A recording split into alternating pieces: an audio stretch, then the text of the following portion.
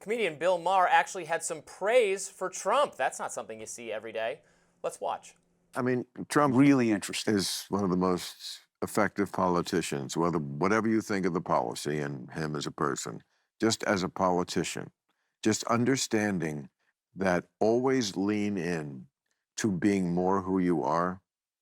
The people are not savvy about issues, but they smell a phony a mile away. And that kind of nobody else does it. He also had some advice for Democrats. Let's watch. You know, he has those moments that no other politician has. And the Democrats have to find that guy. They need a message, and then you find you find the messenger. No, but that's how it worked for Trump. It's not about the message. Trump changes his message from day to day. Tariffs everywhere, tariffs No, nowhere. those are policy Well, it doesn't decisions. matter. But they don't care about policy. His They message- don't understand it. His message is, I'm me, I'm strong, and I'm daddy. You know, they're on this daddy thing. Daddy thing, I don't know about that. But I agree with Bill Maher. Other than that, it is about the messenger more than the message. I say that on Rising all the time now. He's right. Donald Trump has some, it's partly about the ideas he represents, but it's more about him as the savior of humanity. That, well, you don't have to agree with that, but half the country, slightly more than half the country, has bought into that, has been persuaded by it, by this utterly compelling, charismatic person, the likes of which we have not seen since, like, Napoleon. Honestly, I think he is well, you don't have to like that about him. You don't have to. Napoleon was an evil figure in many ways, but it is a historical level achievement in the person of Donald Trump that has never, that maybe can never be replicated, but Democrats have to try. And it can't be about policies and ideas and messages and this and that. They have to find someone who has the kind of who engenders the same level of enthusiasm. Yeah, thank you for your advice. So this is the deal. I don't necessarily. Well, don't take it then. It's fine. First of all, we have up there that he was praising Trump. First of all, he's an effective politician. There is no doubt about that. Extremely, but. So was Hitler, so was Stalin. The fact that We're going Hitler already? I am not comparing him to them, excuse me. Okay. All I'm saying is that to say someone is an effective politician is a values-neutral statement. Now, it's also true that the part of the brain that analyzes an issue is not the same part of the brain that decides who to vote for. His compelling personality absolutely has made a difference on the American public. When you said that half of Americans think he's the savior of humanity, that's where I strongly disagree with you. I think that clearly he got the majority in the election, there's no doubt about that, of those who voted. But I believe that many people voted for him for economic reasons and did not necessarily buy into the more cultish aspects, the idea that he is the savior of humanity and so forth.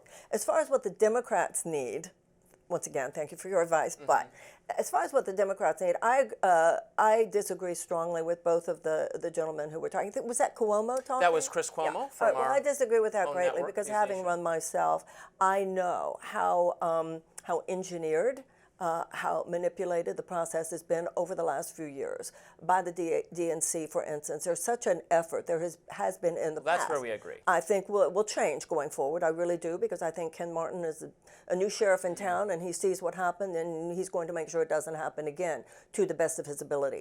Well, that's where we might disagree. Go ahead. Well, and we might, certainly. But the point is that there has been such a de-amplification of voices and agendas and messages that I believe would have countered him very effectively. So I think both of those gentlemen, including Bill, I mean, I like Bill Maher. He's been friendly to me. I've been on his show. But in this last election, this was interesting. He had Dean Phillips come on at the beginning, you know, and he even said to him, it's so good someone's running. I had been running for a while. And by not having me on, this is an example of how the elite decided who to amplify and who to de-amplify. So for Bill, love you, Bill, but I call BS on that one.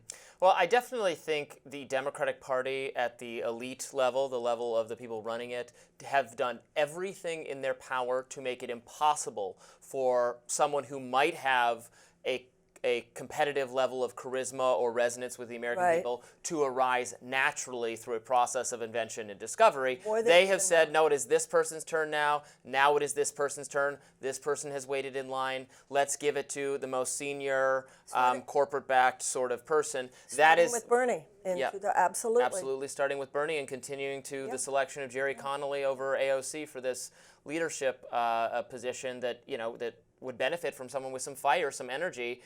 I don't like AOC. She's not my policies, but I have no doubt that she would be more effective in that role than the very, very elderly gentleman they chose for instead. So when people like Cuomo, say we need a new message, the new messengers have been so peripheralized by the elite. But it is a new day. Why did you say that you disagree with me about Ken Martin? I don't understand. Well, what I mean is, I just don't know. You could be right. I'm withholding judgment. Maybe he'll do a great job of presiding over the party. But you got to look outside. Again, don't have to take my advice if you don't want to. I think Democrats have to look. Well, and you're an example of this. Outside the realm of electoral politics itself, just the way that Donald Trump, he's certainly a political figure now. He's been president, but came to prominence as an outsider to the party system. I think the Democrats would similarly benefit from someone who has succeeded in the realm of either business or entertainment or sports or celebrity or something. Use that skill set that Trump has clearly used. You are absolutely right that Republicans have been more open to people who have not necessarily been part of the political system, which I believe is much more what the founders intended. The founders did not want there to be this elite political class. That's what they were trying to get rid of in this country. Right. Unfortunately, among both the Republicans and the Democrats, they have tended to will be open to someone from the outside as long as they're a billionaire, as long as they've proven themselves in business. And I believe part of the problem in the United States is that we've made the business person God. I believe at this point, for instance, for the Democrats to have to understand that what they have more recently said, it means qualification to perpetuate the same system that they have already been running. I think that, and so somebody, in the Democrats, much more than among the Republicans, the Democrats would say, well, that person hasn't paid their dues, that person hasn't climbed up the ladder. But I think what people in the political system need to understand is that there are different kinds of ladders. You might have paid your dues in another field, like you said. You might have, I always felt with myself that my qualification included that I'd worked very up close and personal for the last 40 years with people whose lives have been at the effect of some very bad public policy.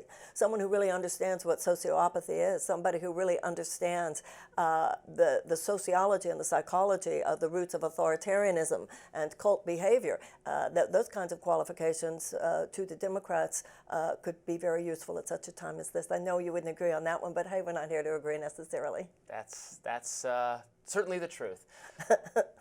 That does it for us today on Rising. Hope you liked our show. Please be sure to like, share, and subscribe so you never miss any content. And for those of you who like to listen while on the go, we're now available anywhere you can listen to podcasts. And I'll see you back here tomorrow.